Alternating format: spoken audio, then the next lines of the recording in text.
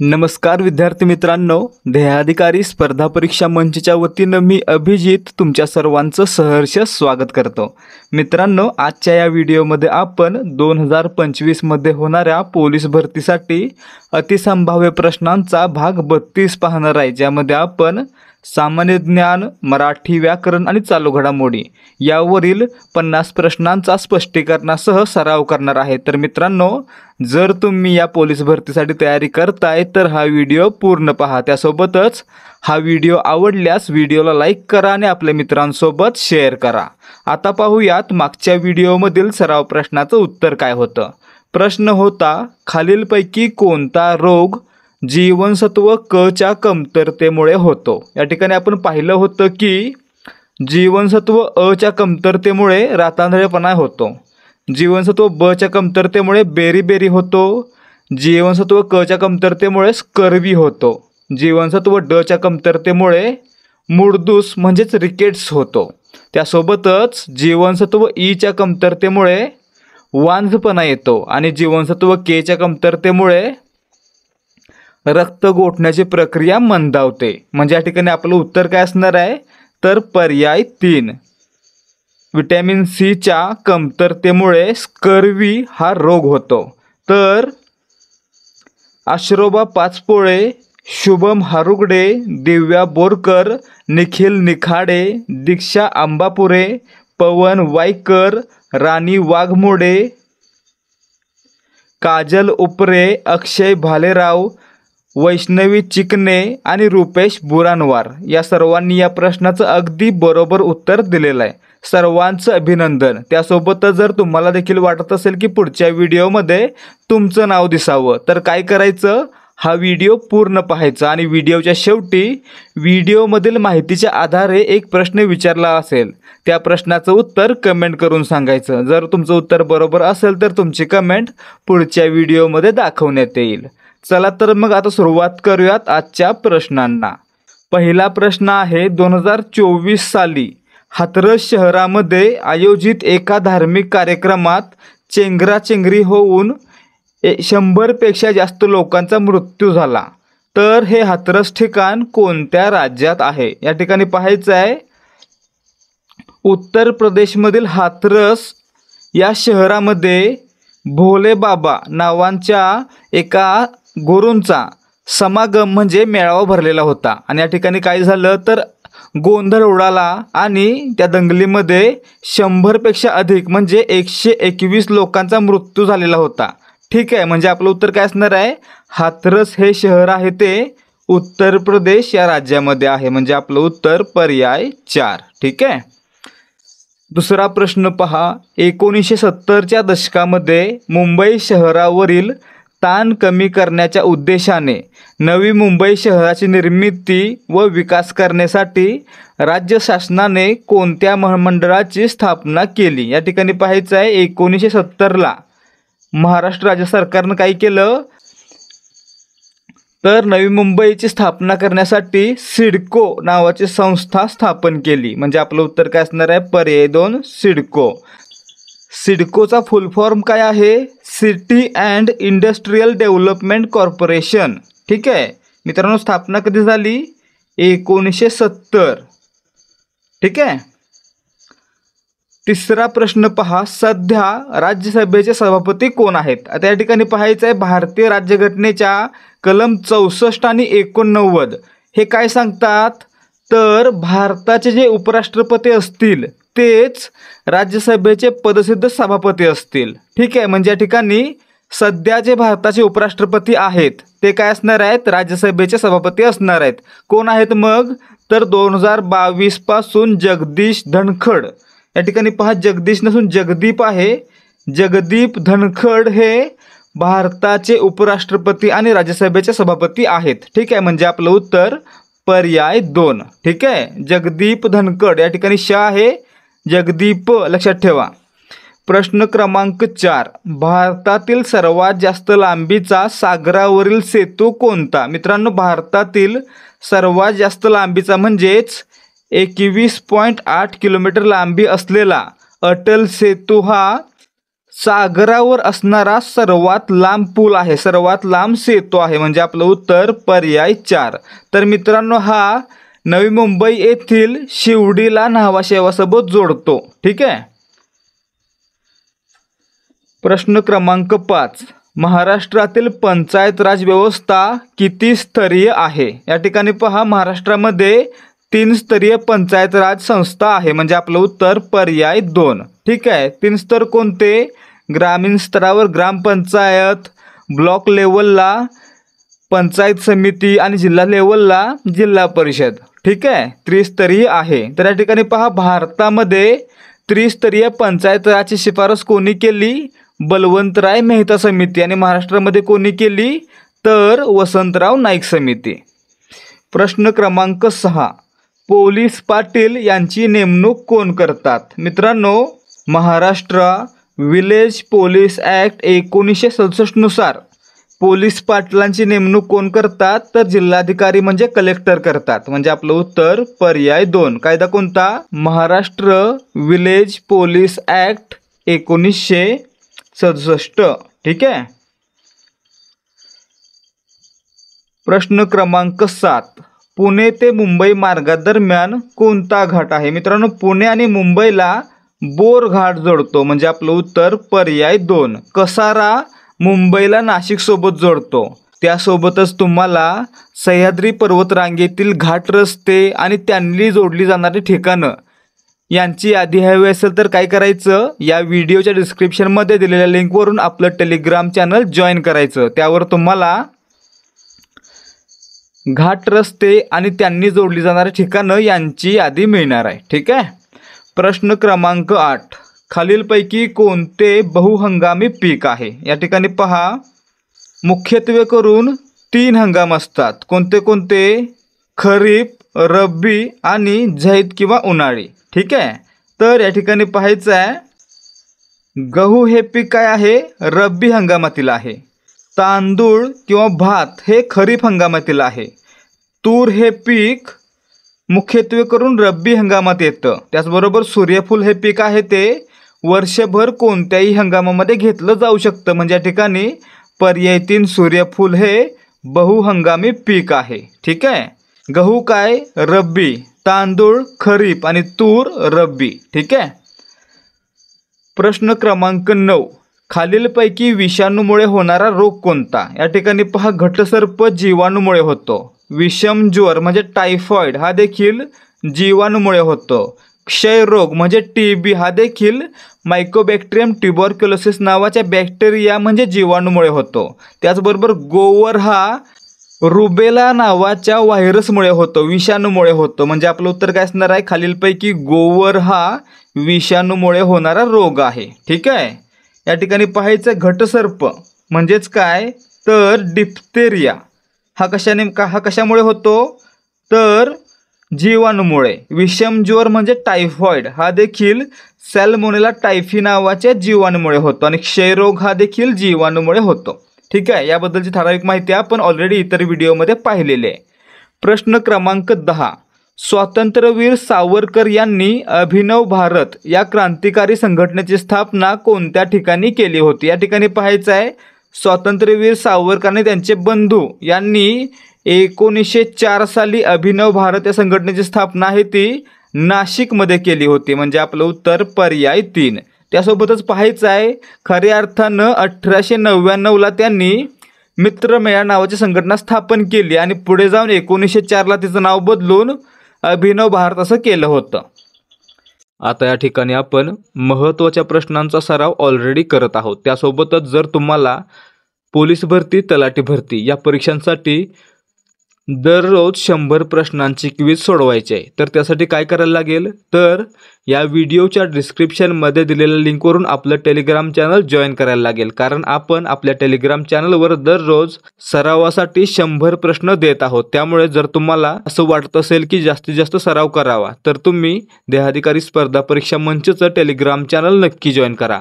आपल्या चॅनलची लिंक डिस्क्रिप्शनमध्ये दिलेली आहे. त्यासोबतच आपलं चॅनल जॉईन करण्याचा आणखी एक फायदा होणार आहे की आपल्याला सराव प्रश्नांसोबतच दररोज महत्त्वाच्या अपडेट्स आणि चालू घडामोडी यांचा देखील सराव करता येणार आहे। त्यामुळे जर तुम्ही स्पर्धा परीक्षांसाठी तयारी करत आहात तर आपले चॅनल नक्की जॉईन करा। चॅनलची लिंक डिस्क्रिप्शनमध्ये दिलेली आहे। लिंक जर ओपन होत नसेल तर दिलेल्या नंबरवर जॉईन असा मेसेज पाठवा। पुढे पहा, प्रश्न क्रमांक 11, चंद्राच्या दक्षिण ध्रुवावर यशस्वीपणे लँडर उतरवणारा जगातील पहिला देश कोणता? या ठिकाणी पहा, चंद्रयान-3 मोहिमेअंतर्गत भारतानं चंद्राच्या दक्षिण ध्रुवावर आपला विक्रम नावाचा लँडर आणि प्रज्ञान नावाचा रोवर उतरवलेला आहे। ठीक आहे, म्हणजे आपलं उत्तर काय असणार आहे? भारत। पर्याय 3, लँडरचं नाव विचारलं तर विक्रम आणि रोवरचं विचारलं तर प्रज्ञान। ठीक आहे। प्रश्न क्रमांक 12, समान नागरी कायदा करणाऱ्या देशातील पहिले राज्य कोणते? आता या ठिकाणी पाहायचं आहे खरी गोम कुठे सापडते तर 1867 पासून गोवा या राज्यामध्ये UCC म्हणजेच युनिफॉर्म सिव्हिल कोड म्हणजेच समान नागरी कायदा लागू आहे। परंतु स्वातंत्र्यानंतर 2024 साली 2024-25 या वर्षामध्ये समान नागरी कायदा लागू करणारं पहिलं राज्य बनलं आहे उत्तराखंड। ठीक आहे, म्हणजे आपलं उत्तर या ठिकाणी पर्याय 3। या ठिकाणी लक्षात ठेवायचं आहे, पहिलं राज्य विचारलं तर उत्तराखंडच सांगायचं आहे, कारण गोव्यामध्ये तर आधीपासूनच आहे। प्रश्न क्रमांक 13, भारतीय अंतराळवीरांना अंतराळात घेऊन जाण्यासाठी इस्रोद्वारे कोणती मोहीम राबवण्यात येत आहे? आता या ठिकाणी पहा, 2026 पर्यंत भारत गगनयान या मोहिमेअंतर्गत 3 अंतराळवीरांना 3 दिवस अवकाशात पाठवणार आहे। म्हणजे या ठिकाणी आपलं उत्तर काय असणार आहे? मोहिमेचं नाव गगनयान। किती अंतराळवीर? 3। किती दिवस? 3 दिवस। कधीपर्यंत? 2026 पर्यंत। म्हणजे पर्याय 1 हे बरोबर आहे। प्रश्न क्रमांक 14, 98वे अखिल भारतीय मराठी साहित्य संमेलन कोठे पार पडले? या ठिकाणी आता पोलीस भरतीला 97व्या अखिल भारतीय मराठी साहित्य संमेलनावर प्रश्न आलेला होता, आपण 98वा पाहतोय। तर या ठिकाणी पहा, 98वे अखिल भारतीय मराठी साहित्य संमेलन नवी दिल्ली या ठिकाणी पार पडलं। पर्याय 4 आपलं उत्तर आहे। तर या कार्यक्रमाचं उद्घाटन आहे ते नरेंद्र मोदी यांच्या हस्ते करण्यात आलं। या कार्यक्रमाचे स्वागताध्यक्ष कोण होते तर माननीय शरद पवार हे होते। त्यासोबतच प्रमुख पाहुणे कोण होते? महाराष्ट्राचे सध्याचे मुख्यमंत्री देवेंद्र फडणवीस। आणि अध्यक्ष कोण होते या संमेलनाचे तर डॉक्टर तारा भवाळकर। लक्षात ठेवायचं आहे, काय काय माहिती लक्षात ठेवायची आपल्याला या ठिकाणी। 98वे अखिल भारतीय मराठी साहित्य संमेलन नवी दिल्ली या ठिकाणी 2025च्या जानेवारी महिन्यामध्ये पार पडलं। तर या ठिकाणी या संमेलनाचं उद्घाटन आहे ते नरेंद्र मोदी यांनी केलं। स्वागताध्यक्ष शरद पवार होते, त्यासोबतच प्रमुख पाहुणे देवेंद्र फडणवीस होते आणि कार्यक्रमाच्या किंवा संमेलनाच्या अध्यक्षा होत्या डॉक्टर तारा भवाळकर। प्रश्न क्रमांक 15, खालीलपैकी कोणता भारतीय नागरिकाचा मूलभूत हक्क नाही? मित्रांनो या ठिकाणी पहा, घटनात्मक उपाययोजनेचा अधिकार हा काय आहे? घटनेतील मूलभूत अधिकार आहे। समानतेचा हक्क हा देखील आहे। शोषणाविरुद्धचा हक्क हा देखील आहे। म्हणजे या ठिकाणी पर्याय 4 यापैकी नाही। वरील सर्व काय आहेत? नागरिकांचे मूलभूत हक्क आहेत। त्यामुळे पर्याय 4 हे उत्तर असणार आहे। प्रश्न क्रमांक 16, निवडणूक प्रचार केव्हा थांबवला जातो? मित्रांनो निवडणूक प्रचार आहे तो निवडणुकीच्या किंवा मतदानाच्या 48 तास अगोदर थांबवला जातो। म्हणजे पर्याय 4 हे आपलं उत्तर आहे। प्रश्न क्रमांक 17, NRC म्हणजे टिंबटिंब होय। या ठिकाणी पहा, NRC म्हणजे काय? National register of citizen. म्हणजे आपलं उत्तर पर्याय 2। ठीक आहे। तर या ठिकाणी पहा, याची सुरुवात झाली होती 2003 पासून आणि सध्या मित्रांनो जो CAA लागू करण्यासंबंधी कायदा करण्यात आला, तर त्यासाठी हे रजिस्टर आहे किंवा NRC आहे ते जबाबदार आहे। ठीक आहे। त्याच्यामध्ये काय होणार? नवीन नागरिकांची नोंद होणार आहे। प्रश्न क्रमांक 18, महाराष्ट्राचे राज्य फूल जारूळ किंवा मोठा बोंडारा म्हणजेच तामन हे कोणत्या रंगाचे फूल आहे? या ठिकाणी पहा, तामन किंवा मोठा बोंडारा हा मुख्यत्वे करून जांभळ्या रंगामध्ये असतो, तर काही वेळा पांढरा आणि काही वेळा तो तांबडा देखील असतो, पण या ठिकाणी सर्वाधिक वेळा कोणता असतो? जांभळा. म्हणून आपलं उत्तर पर्याय 3. ठीक आहे. प्रश्न क्रमांक 19. नगर परिषदेचे प्रशासन टिंबटिंब चालवतात. या ठिकाणी पहा, BDO म्हणजे गट विकास अधिकारी, पंचायत समिती, मुख्य कार्यकारी अधिकारी, जिल्हा परिषद, पोलीस उपनिरीक्षक पोलीस खात्यातील पद आहे आणि मुख्याधिकारी हे नगर परिषदेचे प्रशासन चालवतात. म्हणजे पर्याय 3 आपलं उत्तर आहे. प्रश्न क्रमांक 20. भारतातील पहिली महानगरपालिका कोणत्या शहरात स्थापन झाली होती? या ठिकाणी पहा, भारतातील पहिली महानगरपालिका 1687 ला तमिळनाडू राज्यातील चेन्नई म्हणजेच मद्रास या ठिकाणी स्थापन करण्यात आली होती. म्हणजे आपलं उत्तर पर्याय 3 मद्रास किंवा चेन्नई. राज्य तमिळनाडू आणि वर्ष 1687. ठीक आहे. प्रश्न क्रमांक 21. महाराष्ट्र राज्य पोलिसांचे ब्रीदवाक्य काय आहे? आता मित्रांनो, आपण पोलीस भरतीसाठी तयारी करतोय, त्यामुळे आपल्याला पोलिसांचा ध्वज, पोलिसांची मानचिन्ह, पोलिसांची पद, त्यासोबतच पोलिसांचं ब्रीदवाक्य यासारख्या अनेक प्रश्नांचा अभ्यास आधीच करून ठेवायचा आहे. तर मित्रांनो, ब्रीदवाक्य काय आहे? सदरक्षणाय खलनिग्रहणाय. म्हणजे आपलं उत्तर पर्याय 4. प्रश्न क्रमांक 22. राष्ट्रीय स्तरावरील NSGच्या धर्तीवर महाराष्ट्रात स्थापन करण्यात आलेले विशेष पोलीस दल कोणते? या ठिकाणी पहा, 2008 साली जो हल्ला झाला त्याच्या अनुषंगानंच 2010 पासून महाराष्ट्रामध्ये NSG प्रमाणेच एक फोर्स 1 नावाचं पथक काम करतं. म्हणजे आपलं उत्तर पर्याय 2. NSG सारखं महाराष्ट्रामध्ये काय आहे? फोर्स 1. ठीक आहे. स्थापना 2010. प्रश्न क्रमांक 23. गंगापूर प्रकल्प कोणत्या नदीवर आहे? मित्रांनो, गंगापूर प्रकल्प महाराष्ट्रातील नाशिक जिल्ह्यामध्ये गोदावरी नदीवर आहे. म्हणजे आपलं उत्तर पर्याय 4. गोदावरी नदी आणि जिल्हा विचारला तर नाशिक. तर मित्रांनो, हे गंगापूर धरण हे महाराष्ट्रातील पहिलं मातीचं धरण आहे. ठीक आहे. प्रश्न क्रमांक 24. महाराष्ट्रात सर्वात पूर्वेकडील जिल्हा कोणता? मित्रांनो, महाराष्ट्रामध्ये गडचिरोली हा अतिपूर्वेकडील जिल्हा आहे. म्हणजे पर्याय 2 आपलं उत्तर आहे.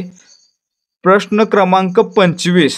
अजिंठा लेणी कोणत्या नदीकाठी आहेत? या ठिकाणी पहा, अजिंठा लेणी ही छत्रपती संभाजीनगर जिल्ह्यामध्ये वाघूर या नदीच्या काठावर आहेत. म्हणजे आपलं उत्तर पर्याय 1. त्यासोबतच मित्रांनो, या लेण्यांचा जो आकार आहे तो एका घोड्याच्या नालाकृती डोंगर रांगेमध्ये किंवा भागामध्ये कोरलेला आहे.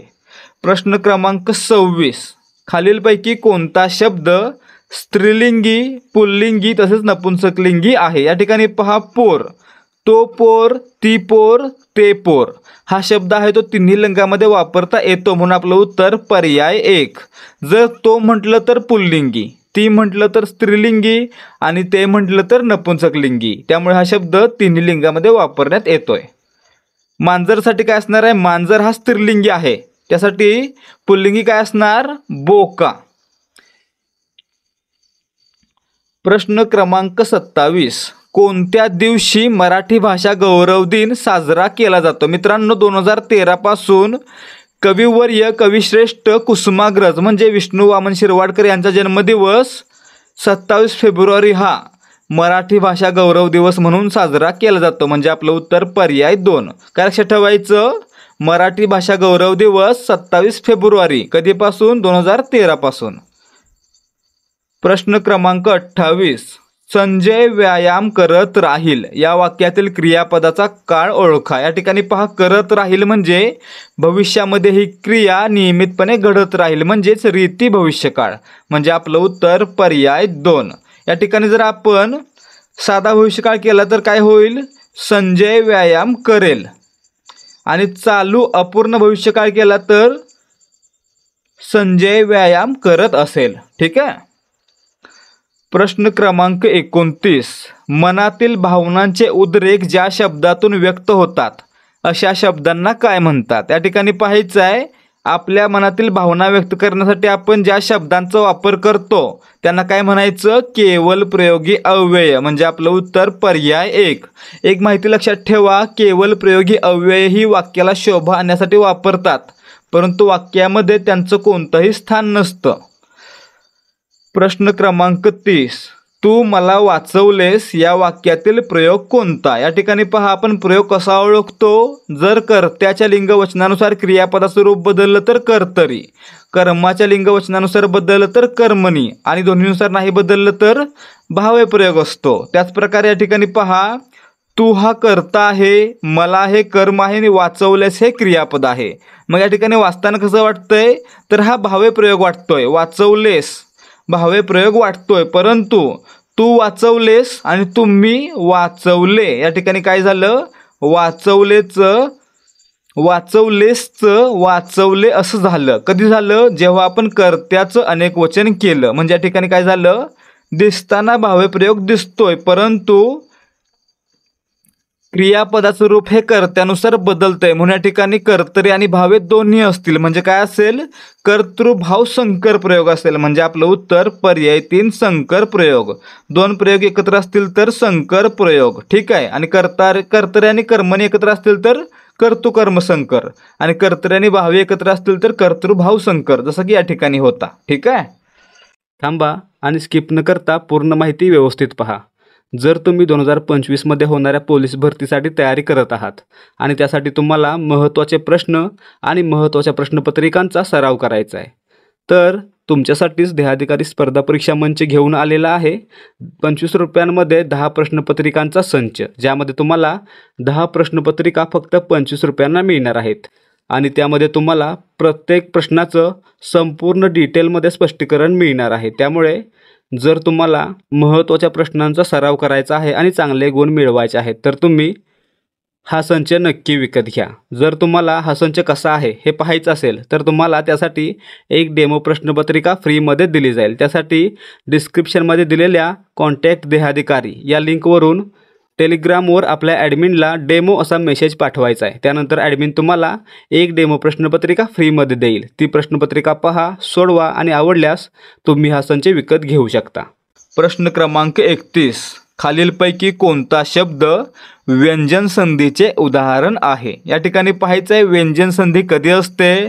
समजा 2 स्वर एकत्र आले. ठीक आहे. स्वर अधिक स्वर एकत्र आले, काय होणार आहे? तर तिसरा देखील स्वरच तयार होणार आहे. याला काय म्हणणार आहे आपण? स्वरसंधी. ठीक आहे. परंतु जेव्हा एक व्यंजन आणि त्याच्या पुढे स्वर किंवा व्यंजन येतं त्यावेळी काय म्हणायचं? त्या ठिकाणी व्यंजन संधी म्हणायचं. मग या ठिकाणी पहा, धिटाईमध्ये काय होतं? धिटमध्ये अ आणि आईमध्ये आ. अ अधिक आ काय झाले? दोन्ही स्वर आहेत म्हणून स्वरसंधी. ठीक आहे. विद्यामृत, विद्यामध्ये आ अधिक अ काय झाले? दोन्ही स्वर आहेत म्हणजे स्वरसंधी. चंद्रोदयमध्ये अ अधिक उ काय झालं? दोन्ही स्वर आहेत म्हणून स्वरसंधी. म्हणजे या ठिकाणी पर्याय 1, 3, 4 काय आहे? स्वरसंधी. परंतु पर्याय 2 पहा, काय असतं? विग्रह कसा होतो? तर दिक अधिक दर्शन काय झालं? क या व्यंजनापुढे द हे व्यंजन आलं, म्हणजेच या ठिकाणी व्यंजनापुढे व्यंजन आलं म्हणून व्यंजन संधी. म्हणजे आपलं उत्तर पर्याय 2 दिग्दर्शनमध्ये व्यंजन संधी आलेली आहे. ठीक आहे.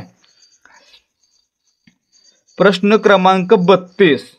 शब्दाच्या रूपात कशामुळे बदल होऊ शकतो? या ठिकाणी पहा, शब्दाच्या रूपामध्ये त्याच्या लिंगानुसार, त्याच्या वचनानुसार किंवा त्याच्या विभक्तीनुसार बदल होऊ शकतो. म्हणजे आपलं उत्तर पर्याय 4 यापैकी सर्व.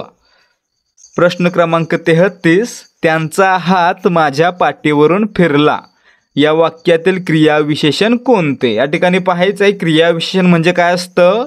तर क्रियापदाबद्दल किंवा क्रियेबद्दल अधिक माहिती सांगणाऱ्या शब्दाला काय म्हणायचं? क्रियाविशेषण. म्हणजेच काय?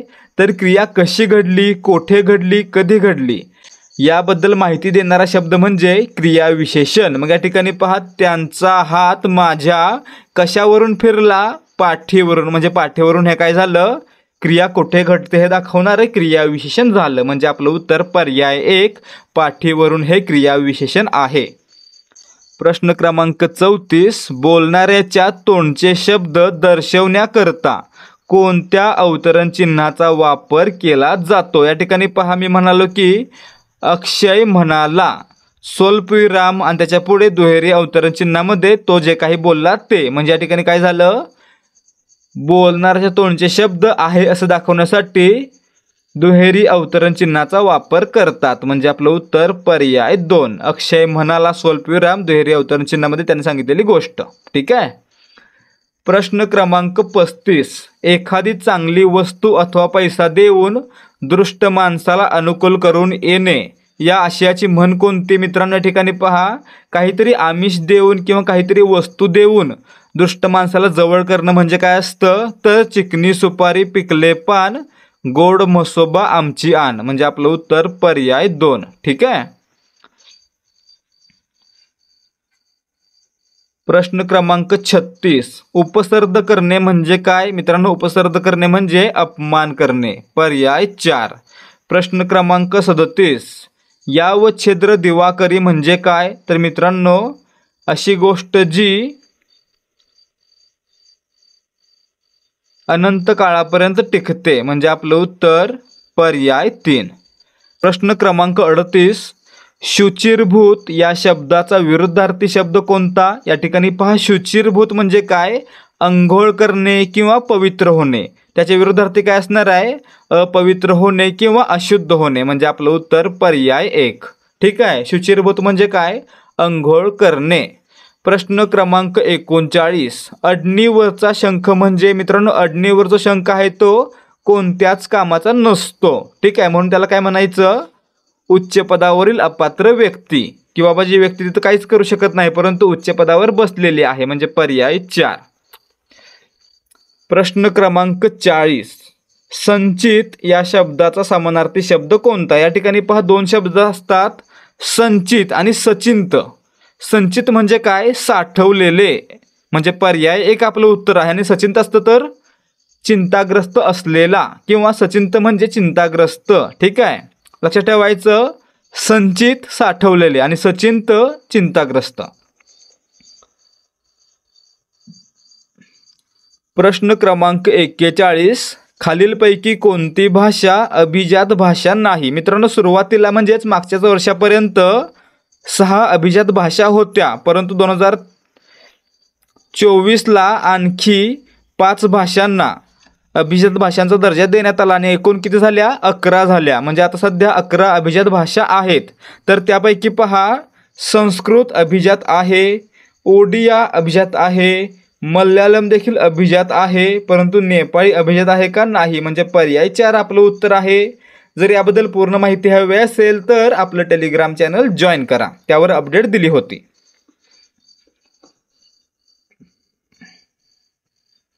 प्रश्न क्रमांक 42, कोणत्या लिपीला सर्व लिपींची जननी म्हणतात? मित्रांनो, बऱ्यापैकी ज्या लिपी आहेत त्या ब्राह्मी लिपीपासून बनलेल्या आहेत, म्हणून याला काय म्हणायचं? सर्व लिपींची जननी. म्हणजे पर्याय 2 आपलं उत्तर आहे.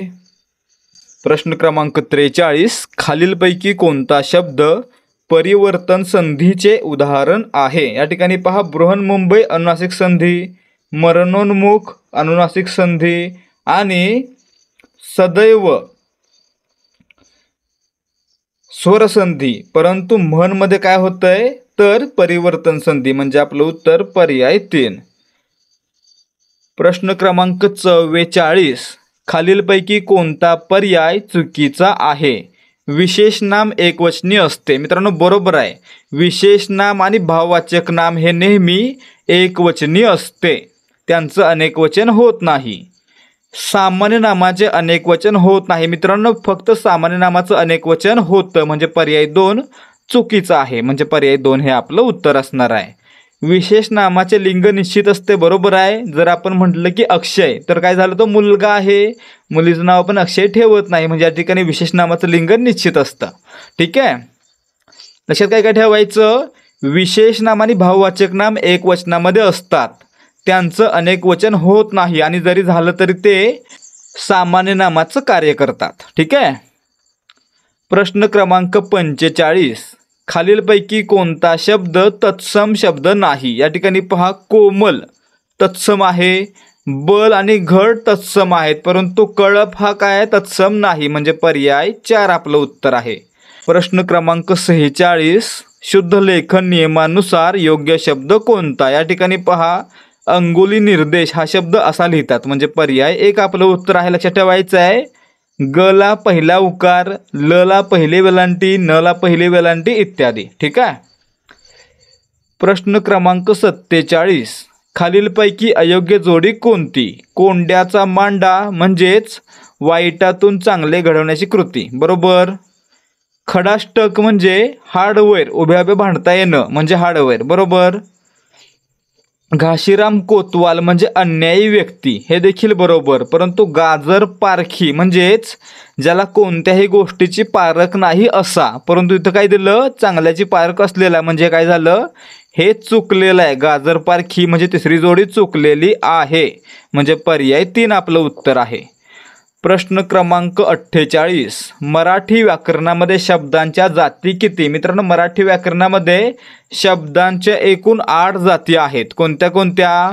नाम, सर्वनाम, विशेषण, क्रियापद. त्यासोबतच शब्दयोगी अव्यय, क्रियाविशेषण अव्यय, केवल प्रयोगी अव्यय आणि उभयान्वी अव्यय. ठीक आहे, अशा एकूण 8 जाती आहेत. लक्षात काय ठेवायचं,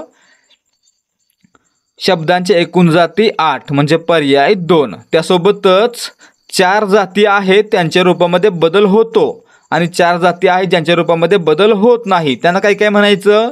ज्यांच्या रूपामध्ये बदल होत त्यांना काय म्हणायचं? विकारी जाती. नाम, सर्वनाम, विशेषण, क्रियापद विकारी. त्यासोबतच ज्यांच्यामध्ये बदल होत नाहीत त्या अविकारी, म्हणजेच उभयान्वी अव्यय, केवल प्रयोगी अव्यय, शब्दयोगी अव्यय आणि क्रिया विशेषण अव्यय या सर्व काय आहेत? अविकारी जाती. म्हणजे या ठिकाणी लक्षात काय ठेवणार, शब्दांच्या विकारी जाती 4 आहेत आणि अविकारी जाती देखील 4च आहेत. एकूण जाती किती? 8. प्रश्न क्रमांक 49, खालीलपैकी पदार्थवाचक नाम कोणते? या ठिकाणी लक्षात ठेवायचं, पदार्थवाचक नाम म्हणजे काय असतं? ज्या नामाची वस्तू परिमाणामध्ये मोजता येते, लिटर, मीटर किंवा किलोमध्ये मोजता येते, त्या नामाला काय म्हणायचं? पदार्थवाचक नाम. मग या ठिकाणी पहा, साखर किलोमध्ये मोजतो म्हणून साखर हे काय झालं? पदार्थवाचक नाम, म्हणजे पर्याय 3 आपलं उत्तर आहे. आणि शेवटचा प्रश्न आहे, जे जे आपणासी ठावे ते ते दुसऱ्याशी शिकवावे, या वाक्याचा प्रकार कोणता? या ठिकाणी आपण काय पाहिलं होतं A to Z मराठी व्याकरण सिरीजमध्ये, की जर एकमेकांसमोर किंवा जोडीने येणारी उभयान्वी अव्यय वाक्यामध्ये येऊन नवीन वाक्य तयार झालं तर त्याला काय म्हणतो आपण? मिश्र वाक्य. या ठिकाणी पहा, जे ते हे काय आहे? जोडीने येणारं उभयान्वी अव्यय आहे, म्हणजे या ठिकाणी हे वाक्य कोणतं असणार आहे? मिश्र वाक्य, म्हणजे पर्याय 2 आपलं उत्तर आहे. तर विद्यार्थी मित्रांनो, हे होते आजचे अतिसंभाव्य प्रश्न. आता पाहूयात आजच्या व्हिडिओमध्ये सांगितलेल्या माहितीच्या आधारे एक महत्त्वाचा सराव प्रश्न. प्रश्न आहे, शब्दांच्या अविकारी जाती किती आहेत? मित्रांनो, पर्याय आहेत 2, 4, 6, 8. जर तुम्ही आपला व्हिडिओ व्यवस्थित पाहिला असेल आणि तुम्हाला याचं उत्तर येत असेल तर व्हिडिओ खाली कमेंट करून सांगा. त्याचबरोबर जर तुम्हाला आजचा व्हिडिओ आवडला असेल, व्हिडिओमध्ये सांगितलेली माहिती समजली असेल तर या व्हिडिओला एक लाईक करा आणि आपल्या मित्रांसोबत शेअर करा. त्यासोबतच याच सारखे आणखी व्हिडिओ पाहण्यासाठी ध्येयाधिकारी स्पर्धा परीक्षा मंच या आपल्या हक्काच्या यूट्यूब चॅनलला सबस्क्राईब करा आणि आपल्या चॅनलवर अपलोड करण्यात येणारे व्हिडिओ आणि इतर माहिती लवकरात लवकर तुमच्यापर्यंत पोहोचावी. त्यासाठी काय करायचं? बेल आयकॉनवर क्लिक करायचं आणि नोटिफिकेशन्स ऑलवर सेट करायच्या. चला तर मग भेटूयात या सिरीजच्या पुढच्या भागामध्ये. तोपर्यंत जय हिंद, जय महाराष्ट्र.